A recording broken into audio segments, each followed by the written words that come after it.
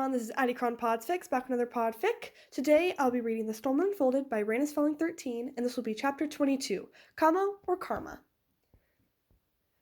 Percy was very thankful for the clothes someone gave him and for the ride to Central Shobara, where they also gave him money for a ticket to Tokyo. The train journey felt too long and also not long enough at the same time, and he spent it considering his options. The doctor had wanted to look after him for a bit longer, but he had turned her down. Time was of the essence, and the longer he put off returning, the more time they would have to make a new plan. He didn't want them to have the opportunity. Headless chickens running around in a panic made for a far easier target than ones who had built a fortress. His limbs were still weaker than normal, but the single day of rest he'd already had made a world of difference already. Just being out of the talismans, having the drugs purged from his system, food and water, he felt confident he could bend into his powers and annihilate their dozen of warriors in a one-man army, especially if he had surprise on his side. The only problem with that plan, however, was that it wasn't going to be effective in the long run. He could tear their estate down, and he was certain they would only rebuild it grander than the last time. They would try again to get rid of him, and the second time they wouldn't want to take chances. They would kill him for good. Percy didn't want to feel like he was living with an executioner's axe over his head again. So, while he could physically take them out, he needed to take out their place on the other side, politically. Percy rubbed his eyes tiredly. It would be such a gamble, and may make his own life harder in the future. On the other hand, if the Kamo agreed, he could use them to bring the Zenin metaphorically to their knees, while he brought them physically there. The other benefit was that then he'd have a clan-approved indisputable backstory to legitimize his place in this and their world. If he worked it to his advantage and let the Kamo lead with what they had found of his history, which he had cross-referenced with both the school library and Goto's collection, then he could fill in the gaps for them based off their knowledge. It certainly had its risks. It could easily backfire on him, make him a target of the Kamo's enemies, force him to bend to their will, force to once again answer to someone else. The thought of it made his skin crawl. But he could get rid of the Zenin. He looked down at his arms, the skin stretched over bone and his fists clenched. His mom's words. He'd borrowed a phone to call her while he was resting in bed. She had sobbed to him about how worried she had been, that she'd been told he was a criminal and on the run. He told her softly that no, some bad people weren't happy with his arrival at his new workplace and had decided to kidnap him to make him go away. She didn't seem harmed, at least, other than slightly psychologically, but he still hated them for it. For two reasons: he would only burn their estate to the ground rather than outright offing them. One, they at least had the decency to leave his mom and village alone, and two, killing them all would only create more problems later. That he could be certain. The last leg between Tokyo and the Kamo clan compound was grueling. Since he had no means of transport there, he was left wandering the forest for hours, though he was beyond grateful for the water and the air to pull him in the right direction.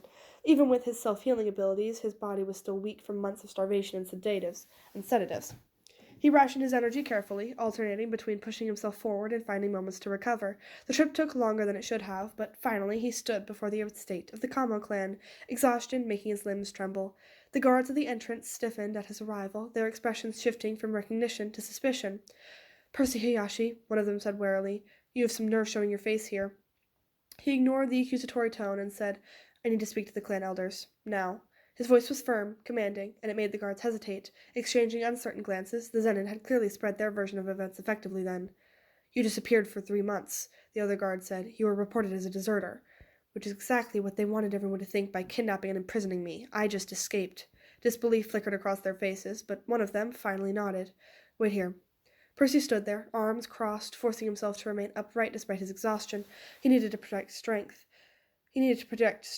Eventually, he was escorted inside, where the Kamo elders sat waiting, their gazes sharp and unreadable. "You claim the Zenin took you," one of the elders said, eyes narrowing. "Do you have proof?" Percy inhaled slowly, then peeled back the loose sleeve of his borrowed shirt, exposing deep, healed scars running up his arm and the outline of every bone, marks of months of mistreatment. He reached into his pocket, pulling out a small wrapped bundle, one of the talismans the Zenin had used to suppress his abilities that he'd grabbed on his way out of his cell. He threw it onto the table in front of the elder. "They kept me drugged, restrained, and barely fed me for 3 months," Percy said flatly, anger seething quietly in his voice. "They intended for me to never come back." A tense silence filled the room. The weight of Percy's words sank in. The Kamo clan wasn't sentimental, but they valued power, politics, and above all, control. If the Zenin had truly gone this far against someone under their tentative claim, it wasn't just an insult, it was a declaration of war. One of the elders leaned forward, steepling their fingers If you wish for our support in finding retribution, then you must be officially recognized as one of ours. That means legitimizing your past. Another elder spoke. We had done extensive research in the time before your absence, and believe we may know where your lineage ties into ours. He left his words He left his words with an unspoken offer. Do you wish to know? So Percy nodded. Tell me what you know, and I'll try to fill it in with what I do. His words appeared genuine enough to appease the elders, to play to their sense of superiority. Little did they know just how much would work in his favor over theirs. The elder continued, We found evidence of exiled members around 2 centuries ago, all from a variety of clans of the time, including 2 from ours. Their names were stricken from official records, but what we do know for a fact is that the survivors eventually found each other and formed a small community. There were signs of their settlements, but no concrete records remain of where or how many. Percy frowned, letting his confusion seem natural. Settlements, like the one I came from. The 3 men nodded, and another one picked up where his relative had left off. With their powers bound and few in number, they were eventually forgotten about, which is why no sorcerers today would have known about the one you were born into. Perfect, Percy thought to himself. All we know about them now is that they were exiled for various reasons, including forbidden experimentation. The 3rd elder spoke. There's evidence of records containing details of experiments to strengthen their powers, develop new powers, of power transference, mutations, forced inheritances, even necromantic revival of lost techniques, all conducted on themselves, their children, and even outsiders they brought in. These no doubt continued after their exile. My, how convenient. We believe they had varying success, even after their exile, and that as a result, we suspect that many of their descendants would have developed unconventional abilities, limited and near unnoticeable though they may have been. Percy was quiet for a moment, then exhaled sharply, like something was dawning on him. That actually makes sense, he hesitated before continuing, carefully picking his words. I always knew our village was different. We weren't like what I knew sorcerers are. Our abilities aren't inherited the way they should have been. It was like we were made instead of born with them. We all had different aspects of our parents, and theirs were aspects of their parents. Likely we were broken down into smaller parts with each new generation. The elders exchanged a glance, their intrigue deepening. Percy swallowed, as if he were piecing it together. Our elders used to talk about our bloodline like it wasn't naturally occurring somehow, that it had some form of ancient or divine blood in it. I was too young at the time to really understand, though, but now I think about it, perhaps it was these experiments, both scientific and with jujutsu sorcery. We weren't meant to have it, and so over time we lost it. One of the elders leaned forward. Your abilities, water manipulation, aligns with the records of a common ancestor's cousin. He wielded water instead of blood centuries ago. It is possible that their experiment of reviving lost techniques somehow succeeded in you. The elders nodded, satisfied. The story was weaving together so seamlessly. Percy wanted to cackle. I always had an affinity with water. When I was younger, I barely noticed it, though, and over time I found some cool little tricks I could do with it. And your village, another elder prompted. What happened to them? Percy's jaw tightened. We were found. He took a breath, letting bitterness seep into his bones, and that bitterness was very much real. No one knew who they were, but they slaughtered us, our parents. He exhaled sharply. They handed us over to them to save their own pathetic lives. Probably thought they could run off and make a new batch of us if they needed to. If they hadn't been backstabbed, I would have brought down their corrupt leadership myself. They raised an eyebrow each. The question was obvious. You survived, though. How? He glanced away, like it was painful to remember. And it was. They took many of the kids prisoners. I was one of them. They wanted to see what made us different, why and how we had any abilities at all. Never mind that they were barely more than a gimmick at that point. Percy closed his eyes, pain washing over his expression, raw and true. I watched all of them die, one by one, till it was just me. I don't even remember how I got out, only that my powers seemed to swell right before they were about to kill me.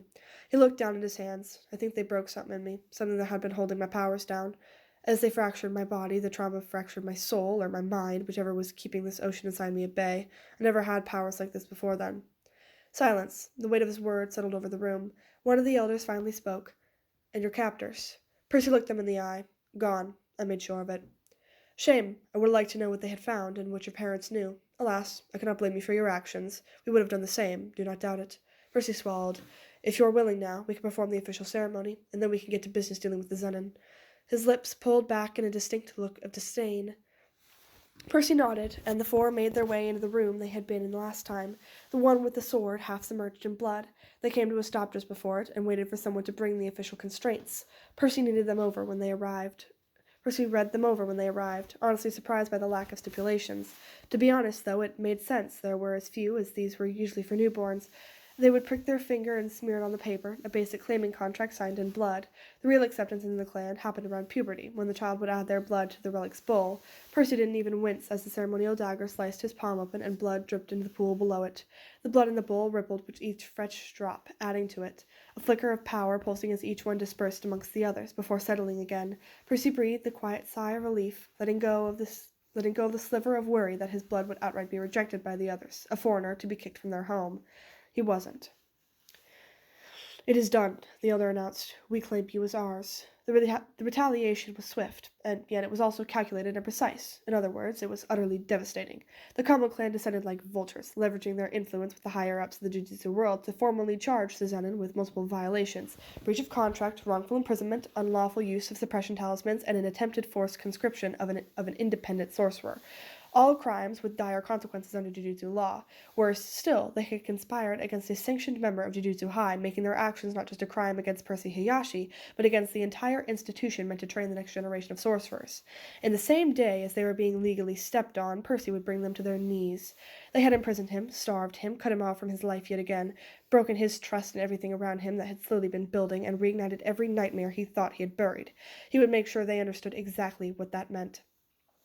His presence was announced by breaking through their main gate, a torrential wave crashing it into splinters. The alarm went up immediately, Zenin guards rushing toward him, but they were nothing more than an inconvenience. A fist cracked against the guard's chest, sending him flying. Another reached for a blade, but Percy's control over the moisture in the air was absolute. Water condensed around the weapon, freezing solid and locking it in place. The guard barely had time to react before Percy sent him sprawling. Percy moved through them like a tempest, water slicing through the air with brutal efficiency. He was a force of nature, just like the storm that whipped around him. Walls crumbling beneath the weight of crashing waves and howling winds. Ancient sakura trees, once symbols of the Zenin's long-standing legacy, were uprooted and tossed aside like twigs. The main courtyard, usually pristine, became a battlefield of broken stone and mud, its polished floors slick with blood and water. Roofs were torn away by the gales that whipped around him, tiles exploding in the storm as entire buildings were reduced to skeletons of what they once were. Pace by determined, vengeful pace. Percy carved a path of destruction deeper into their compound. Anyone who stood in his way was cast aside. Some broken, some unconscious, though none dead. But that was mercy, not weakness. Every strike was an execution of justice, every broken bone a reminder that they had pushed him too far. Men and women with cursed techniques, swords, arrows, and even guns fell around him as he continued his unbroken march to the heart of the clan, the sanctum where their most precious relic resided, their symbol of power, the artifact that had witnessed generations of their cruelty. The elders were there, standing pathetically in front of the most important artifact of their name. Percy glanced at it dispassionately before returning his gaze to theirs. He saw them flinch as the storm picked up once more, a blast of wind and rain and lightning. He saw them flinch as the storm picked up once more, a blast of wind and rain and lightning causing the building he had just walked through to shatter and disappear behind him. Lightning cracked across the sky as Percy slowly stalked them like a predator stalks its prey.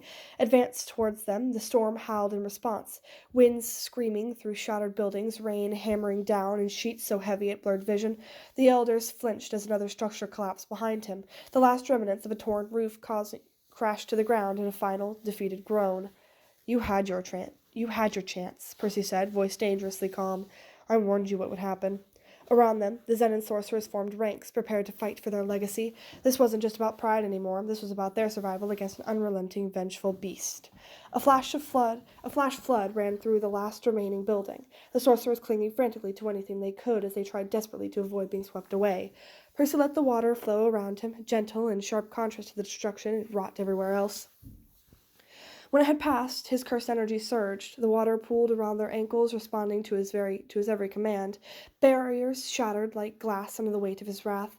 A barrage of cursed techniques lashed toward him in what they thought was an opening. Blades of energy, twisting shadows, crackling flames, but Percy tore through them all. He met fire with a wave of water, extinguishing it before it could so much as graze him. A Zenin swordsman lunged, his blade shimmering with cursed energy. Percy caught his wrist mid-strike and crushed it, sending him crumbling to the floor with a choked scream. Another struck from behind. Percy ducked, grabbed them by the arm, and slammed them into the ground hard enough to leave a crater. Blood mixed with the rain pooling around them. Someone managed to land a hit, a deep gash across Percy's side. He barely acknowledged it before the wound sealed itself, skin knitting together as his cursed energy flared and the water washed over it. The Zenin who had landed the strike took a step back. Eyes wide with horror, Percy's gaze found his unyielding fury burned behind his eyes. "Try that again," he dared, voice like thunder. The man turned and fled. Percy led him. One by one their numbers dwindled. Those who could still stand dragged their fallen comrades away, retreating like cornered animals. The storm raged around them, tearing apart what little remained of the compound. Only the relic stood untouched, shielded by the elders who clung to it with desperate, shaking hands. Percy, standing amidst the wreckage, let the weight of his victory settle in his bones. He locked his eyes with the elders, his expression cold. "I told you," he said, voice steady, unyielding. "If you ever came for me again, I would destroy you." He took a step closer, and they flinched. This was mercy. He let that sink in, let them feel the full gravity of their actions. "I want you to know that the only reason you're getting away with your pitiful lives is because of Nobito. I know he warned you, and I know you did more than just ignore him. You punished him, too." His voice was steel, wrapped in ice. "If you had dared touch anyone other than me, I would have left you as nothing more than a stain on jujutsu history. Be thankful that you at least heeded that one piece of advice." They whimpered, pitiful apologies spilling from their trembling lips. Percy curled his own in disgust. He cared not for apologies like that, snivelling and groveling. They changed nothing. "I'll let you keep your lives and your relic," he continued, voice dripping with malice. "But next time you cross me—" His cursed energy flared, sending a pulse through the ruins, making what little remained of the walls around them tremble. "Next time, I'll erase you from history." Killing them, when they were already so few in number, would have a devastating impact for whatever he knew was lurking around the corner. There had been whispers, odd things happening, and Percy had been in enough prophecies to know when it started to look like something big was going to happen soon, and no doubt they'd need every fighter they could get. They didn't need to know that, though. Let them think he was still merciful. Instead, he released one more wave of crackling energy. The walls and roof of the last building standing, the one they were in, shuddered and toppled, and the table hounding their precious relic did so as well, their relic buried in blood and mud and rain. With that he turned and walked away, leaving them broken and bleeding in the ruins of their own arrogance. As he departed, the storm began to settle, as if the heavens themselves acknowledged his victory, and as the ruins of the Zenin compound faded in the distance behind him, an official decree echoed through the jujutsu world. The Zenin clan was formally stripped of land, assets, and privileges. Their political standing plummeted overnight. Their allies turned wary as one of the clans with terrifying and unshakable power was reduced to rubble in a single night. The Zenin, once proud and untouchable, were now bleeding from every angle, so vulnerable that the next gust of wind might topple them entirely. Percy had not just defeated them, he had broken them. The teeth in his grin were sharp. The gate of Jujutsu High loomed ahead, a familiar sight, yet Percy felt an unfamiliar weight settle in his chest. It had been months since he last stood here, since he had walked these grounds, surrounded by people who had become, acquaintances, allies, friends. He wasn't sure anymore, but he was sure about one thing. Things weren't the same. They couldn't be, not after what the Zenin had done to him, and what he had done in return. The moment he stepped past the threshold, the first voice that reached him was loud and frantic, unmistakable. "Percy!" There was a blur of movement, and suddenly a force slammed into his chest hard enough to make him stumble. Percy grunted, steadying himself as Yuji clung to him like a starved leech. "Percy, is that really you? You're alive! You're back! What the hell, man?" Yuji's grip was crushing, his voice wavering between relief and anger. Percy exhaled through his nose, placing a firm hand on Yuji's shoulder. "I was gone, not dead." "You might as well have been!" Yuji pulled back just enough to stare at him, his wide brown eyes filled with emotions. Percy couldn't even begin to untangle. Relief, frustration, something suspiciously close to betrayal. "Do you have any idea how worried we were?" Someone coughed, and Percy looked over to see Nobara standing with her arms crossed, one brow raised. "Not so fun when someone does it to you, huh?" she said, unimpressed. Her tone wasn't scathing, but there was an edge to it, a pointed jab at Yuji's own disappearing act months ago. Percy barely had time to process before he felt more eyes on him. Megumi was there too, standing slightly behind Yuji and Nobara, his posture stiff, his expression unreadable, but his knuckles were white, where they gripped the strap of his bag. Then there were the others, the second years. Panda, Inumaki, they were here too, and Inumaki's eyes were shining suspiciously like there were tears gathering in them. Panda, usually calm, took a half step back, something dark flickering across his face. And Gojo? Gojo was leaning lazily against a pillar, arms crossed, his usual grin absent. His blindfolded gaze was locked onto Percy like he was dissecting him piece by piece, assessing, calculating. Standing beside him, a little further back, was Shoko. Her sharp eyes flickering over Percy's form, cataloguing everything, the exhaustion lining his face, the way his shoulders tensed, the way he hadn't quite relaxed since stepping past the gates. "You should sit before you collapse," she said, her voice calm, detached, but not unkind. Percy hesitated for only a second before exhaling sharply. He let himself be herded inside, barely having time to sink onto the common room couch before the barrage of questions began. What happened? Where were you? Why didn't you call? Why did you leave? Why didn't you come back? Percy rolled his shoulders, feeling the phantom ache of bruises that had since healed. He let the questions hang in the air for a moment, his fingers tapping against his knee. Then, quietly, he answered them. The room was still, waiting in eager anticipation for his response. I woke up wrapped in suppression talismans, barely able to move. His voice was flat, distant. I was starving, in pain, and the Zenin had me buried in one of their isolated holding cells like some kind of rabid animal. They wanted to keep me there, keep me out of their way. They failed. Silence. The air in the room shifted, thickening. His usual calm was absent, replaced by something hard. Megumi's jaw locked, his fists clenched where they rested on his knees. Nobara let out a sharp breath through her nose, something angry and barely restrained flickering across her face. Yuji's face twisted in quiet horror. He cut himself off, swallowing harshly. They actually locked you up? Bound you? Maki, who had been standing with her arms crossed, let out a sharp breath through her nose. Those bastards, she muttered. No love lost for those she no longer considered family after their own treatment of her. Her fingers twitched like she was imagining a blade in her hands. Panda's ears flattened slightly. That's a new level of low, even for them. Gojo didn't speak. He just watched, unnervingly still. Percy's gaze flickered between them before he continued. I got out, he said simply. Took longer than I'd like. They had contingencies in place, but they underestimated me. Once I broke free, I made it to the nearest village and started working out my next move. His eyes flickered with something colder. Shoko leaned against the wall, lighting a cigarette. She didn't take a drag, she just let the smoke curl between her fingers. Then, You joined the commo, then. The reaction was immediate. What? Nobara and Yuji's voices shot up as everyone else stiffened. Percy didn't flinch. The commo clan claimed me, which meant I could use them in the legal side of crippling the Zenin. Yuji was the first to speak, hesitant. I mean, that's a good thing, right? Megumi's voice was sharper. You let them claim you? Percy's head snapped up, something fierce flashing in his eyes. I did what I had to. While I am unaware of the full extent of their motives, I have mine too. It was not a hasty decision. I've considered the advantages and risks for months. This tipped the scale, so whatever they demand in return will be worth their aid in this. His tone brokered no argument, but Megumi still looked wary. Nobara was staring at him, arms still crossed. Okay, you said that was the legal side. What else did you do to them? Percy exhaled sharply through his nose. I left them in ruins. That got everyone's attention. Not that he didn't have it before already. I tore down their gates, he continued, broke through their defenses. Their precious estate is nothing more than a pile of rubble now. There was a vicious gleam to his words that made everyone around them swallow harshly. Their estate? Megumi said, voice tight. You destroyed it. Percy met his gaze evenly. Yes. A heavy silence fell over the room. Gojo pulled out his phone and passed it to Megumi. He looked down.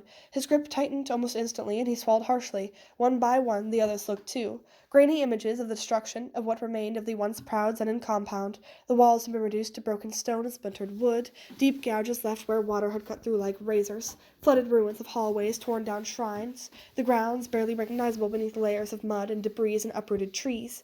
A beat of silence. Holy shit, Nobara whispered into the silent room. That's so badass. Yuji smacked her arm. We're supposed to be worried, Kugasaki.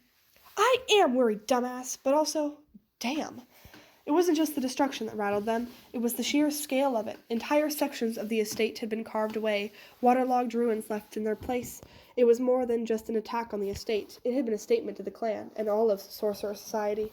Inumaki, who had been silent until now, studied Percy carefully, eyes serious. He finally handed over a piece of paper to Yuji, who was sitting next to him, something scrawled over it. Yuji spoke the words on his behalf. That much water? You really did all that yourself? Percy nodded, watching as some of the tension in the room shifted from concern to realization. They hadn't just been living with someone strong. They'd been living with someone utterly terrifying. The destruction he seemingly so easily wrought on a formidable and near untouchable opponent, who, after 3 months of torture, had stormed their gates not 3 days later and razed all the ground. Yuji hesitated, but he glanced between Percy and the images, his hands tightening into fists, crushing the note. You really destroyed their estate, injured that many people. Percy's expression softened slightly as he looked at him. I wasn't going to kill them, not with something big coming. The only people I injured were the ones who attacked me. The children were left entirely unharmed. Yuji nodded, seemingly accepting that answer. Megumi, though, latched onto his words. What do you mean, something big is coming? He demanded. Percy exhaled, leaning forward slightly. I don't know what I missed these last 3 months, but before then there was definitely an increase in curses. Not just more of them, but stronger ones. His gaze swept the room, heavy with meaning. How could something not be brewing? The room was silent, the weight of his words settling over them, looming like a storm cloud. Gojo, whom everyone was expecting to have made a cheeky quip or two, stayed silent. He just nodded, like he already knew all of this, had already known what a force Percy was to be reckoned with, and that something was coming, and that, more than anything, made the moment feel eerier. And that is the end of chapter 22. As you can tell, I stuttered a lot more this time, and I think that's because I'm a little out of practice. I did completely forget about this for the last 2 weeks. So the first time I missed it, I just completely forgot entirely.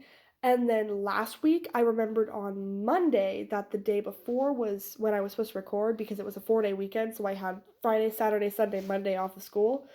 And I realized on Monday, and I was like, I don't feel like it. So I just didn't record last week, and then I looked at it, I looked at my freaking channel, on Wednesday, and realized, wait, I didn't record the week before either. And so, yeah, here we are. I mean, you did get a longer chapter this time, which is nice. It was not nice for my voice, as I am out of practice. Ow. Yeah, so I don't have a whole lot to talk about. I went to a convention, did honor band. I have a concert coming up in 3 days. Yeah, that's gonna be a lot of fun. Oh, Pride Month is tomorrow, so I'm going to do at least one special Pride Month video. I have a Danny Phantom fic that I'm going to use for it. Because it's specifically Pride Month related. And then Art Fight is in July, and I'm going to be participating in that. I believe my name on there is @Adicron_draws. I'll have to check again, though. So that'll be fun. And I went to ChibiChibiCon. I got a bunch of stuff. I got not only an Inumaki sticker, but I also got an Inumaki keychain. And one of my friends gave me an Inumaki figurine. Can you tell who's my favorite character? Yeah, I feel like it's not obvious at all. Totally not. I also got a Michikatsu keychain and sticker, and I got a Kokoshibo print, which was really cool. I got a Toga keychain, I got an Espeon keychain, I got an Espeon pin. I also got an Espeon and Garchomp sticker, so that was cool.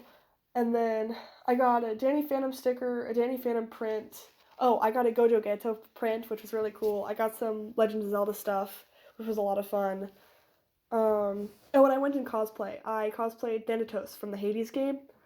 Oh, I also got Hades 2, which, I've been wanting it for months, ever since it came out, but I haven't gotten to play it yet because I didn't have it, but now I do have it, and I've been playing it, and it's a lot of fun. I apparently avoided spoilers really well because I was introduced to new story beats within 20 minutes of opening the game. So apparently I avoided spoilers really well for the couple months it's been out. Well, since September, so a little more than a couple months by now, but you know what I mean. Yeah. And what else has happened? Oh, I'm starting Summer League Volleyball tomorrow. I'm gonna go to school tomorrow in my brightest rainbow tie-dye t-shirt that I can find, because of course I have to.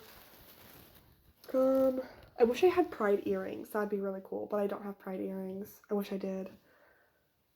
Oh, me and my friends are gonna do D&D. We're gonna do a Hunger Games themed D&D.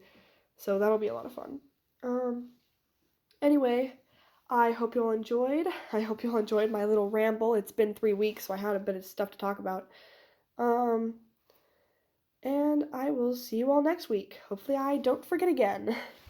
We'll see you all next week for another chapter of The Mist Protects. Bye!